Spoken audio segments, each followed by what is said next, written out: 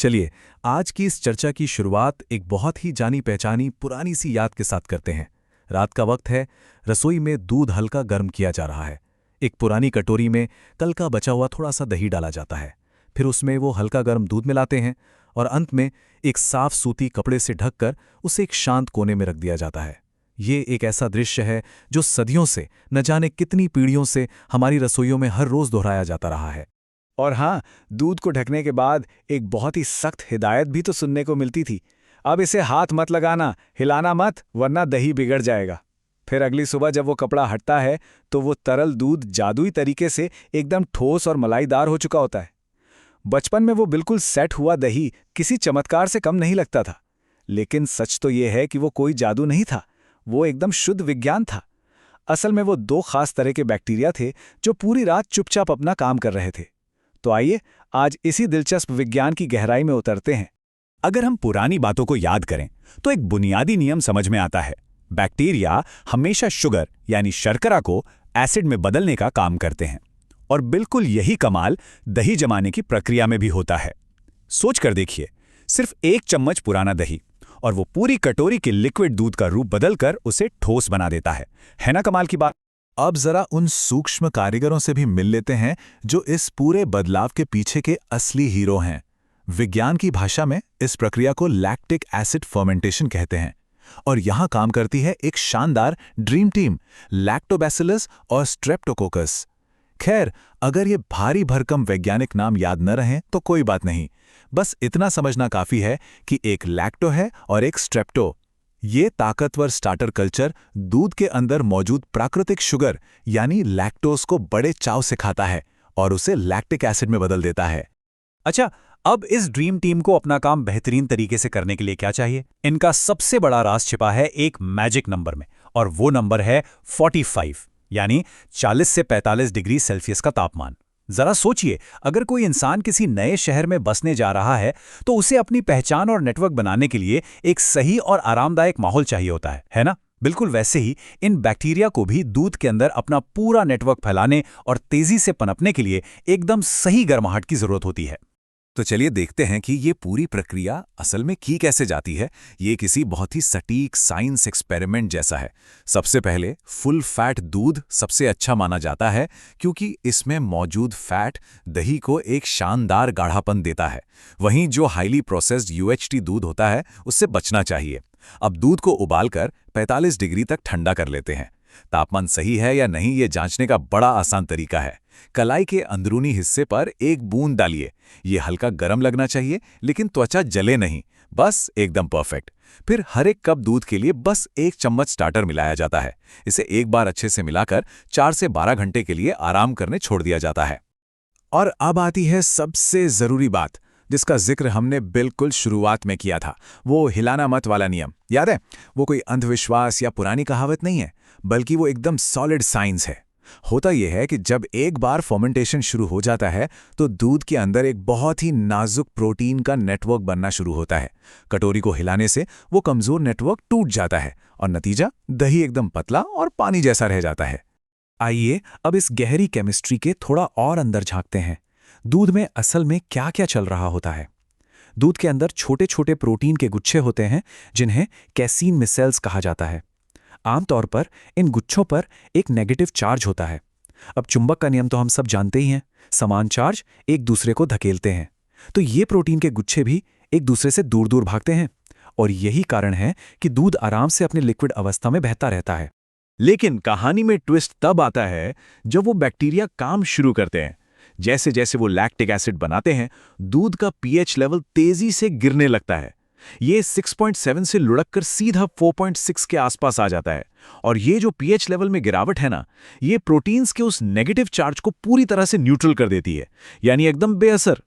और इसके तुरंत बाद जो होता है वो देखना बड़ा दिलचस्प है। जो प्रोटीन्स अब तक एक दूसरे से दूर भाग रहे थे, वो अचानक आपस में जबरदस्त तरीके से चिपकने लगते हैं। ये बिल्कुल वैसा ही है जैसे ऑफिस के कुछ कलीग्स जो पहले बस एक दूसरे से औपचारिकता के लिए मिलते थे, अचानक से किसी बड़े प्रोजेक्ट के लिए एक बहुत ही मजबूत और शानदार टीम बन जाए। बस इसी मजबूत नेटवर्क के बनने से वो बहता हुआ दूध एक ठोस और बेहतरीन दही में बदल जाता है।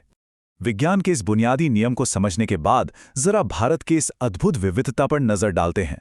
विज्ञान बिल्कुल वही है, लेकिन हमारे अलग अलग मौसम और स्वाद के हिसाब से इसके कितने सारे रूप हैं। बंगाल में चले जाइए, वहां मिट्टी के बर्तनों में गुड़ के साथ गाढ़ी मिष्टी दोई बनती है। गुजरात में पानी निकालकर मीठा श्रीखंड तैयार होता है।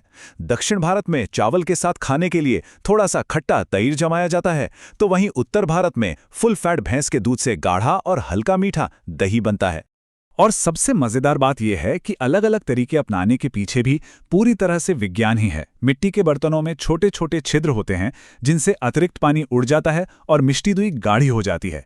श्रीखंड बनाने के लिए मलमल के कपड़े से पानी यानी वे को निकाल दिया जाता है, जिससे फर्मेंटेशन और भी ज्यादा गाढ़ा हो जाता है। और दक्षिण भारत में उस खास खट्टेपन के लिए फर्मेंटेशन के समय को थोड़ा और बढ़ा दिया जाता है। सोचिए, मूल तरीका एक ही है, लेकिन इस्तेमाल कितने शानदार और अलग अलग हैं।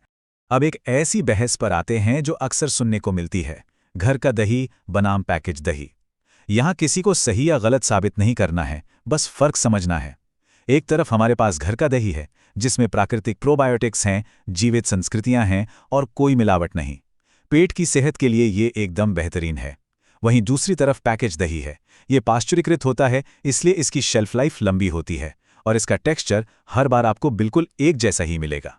तो अगर बाजार से दही लेना ही पड़े तो कुछ छोटी छोटी बातों का ध्यान रखना बहुत जरूरी है। हमेशा पैकेट के पीछे लेबल चेक करना चाहिए, क्या उसमें जीवित संस्कृतियां या लाइफ कल्चर्स लिखे हैं। और हाँ, स्टार्च या पेक्टिन जैसे जोड़े गए थिकनर्स से थोड़ा बचकर रहना चाहिए, क्योंकि बाहर से थिकनर्स डालकर दही को गाढ़ा करना असली फर्मेंटेशन नहीं है, वो बस एक मैन्युफैक्चरिंग की तकनीक है। चलिए, अब इस पूरी प्रक्रिया से जुड़े कुछ बहुत ही आम मिथकों को एक एक करके तोड़ते हैं। पहला सवाल जो अक्सर आता है, क्या ज्यादा स्टार्टर कल्चर डालने से दही जल्दी जमेगा और स्वाद ज्यादा अच्छा होगा? इसका सीधा जवाब है बिल्कुल नहीं।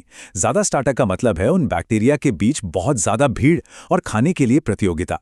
इसका नतीजा ये होता है कि वो दही बहुत ही खट्टा, दानेदार और अजीब सा जमता है।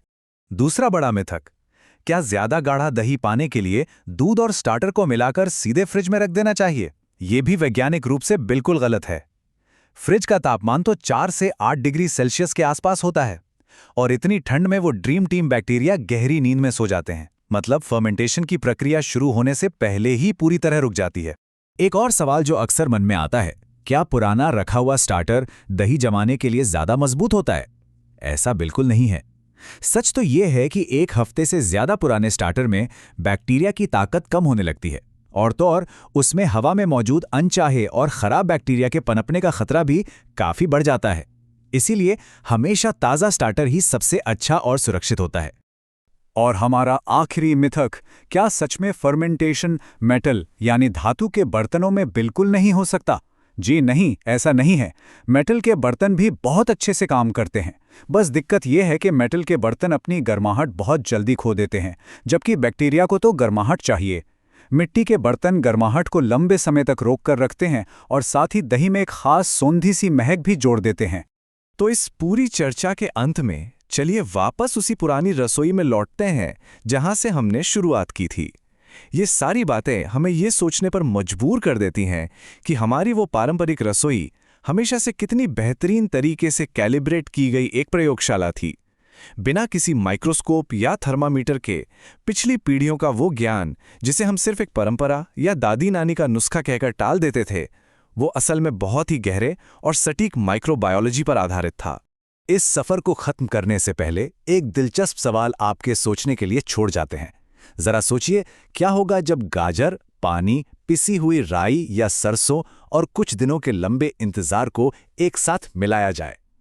ये उत्तर भारत के एक लगभग भुला दिए गए प्रोबायोटिक्स से भरपूर खट्टे और मसालेदार फर्मेंटेड ड्रिंक का राज है, जिसे कांजी कहते हैं। आखिर इस जादुई ड्रिंक के पीछे का विज्ञान क्या है? वो कैसे काम करता है? अपनी इस उत्सुकता को बनाए रखिए, क्योंकि विज्ञान को जानने और समझने का ये शानदार सफर आगे भी ऐसे ही जारी रहेगा।